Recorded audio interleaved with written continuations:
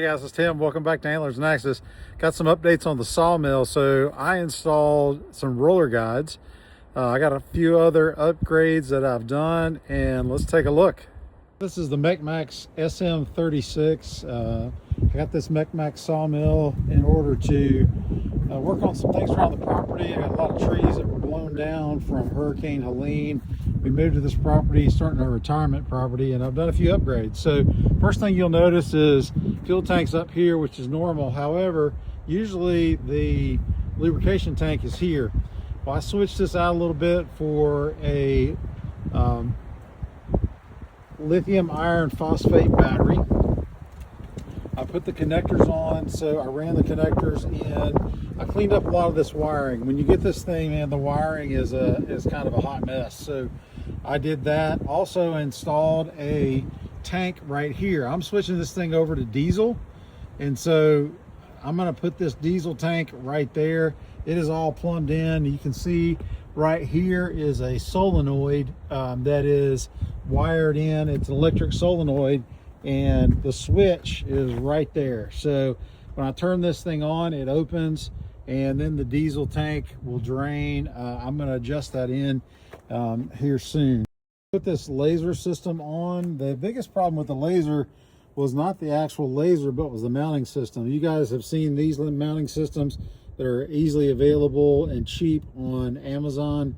A lot of guys said don't use them, and I didn't listen, but I wish I had. So this mounting system is also available on Amazon. If I can find it, I'll leave the link below. But this one has been much better. It is rock solid, and the laser's been good. And now with the mounting system, things seem to be working well. So I've got it wired over here. The wiring runs in through a USB. So I have a USB power source, and then the power source plugs in right over here, and I have a switch. So I have a way to turn the laser on and off with this switch. You can see the roller guide system that I put in. Asher is the guy's name that has put this out, and there's several videos about it, but these are Wood-Mizer roller guides, but he makes these bearing posts, and you switch it out. You can see here, this is the drip system for the diesel lubrication. It only takes a tiny little amount, and so it's a very, very slow drip, one drip every 2 or 3 seconds. Where the safety guide used to be were these bolts right here.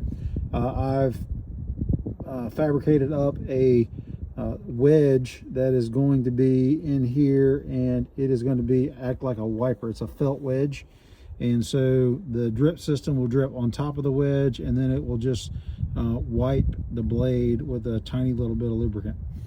Hope this helps. Hope somebody gets some ideas. None of these ideas were my own. Pete's Peak gave me the solenoid idea, and it's worked great when I had the water system. But now I'm using the diesel. Still gonna work great, I think. Hope everybody has a great day. Thanks for watching.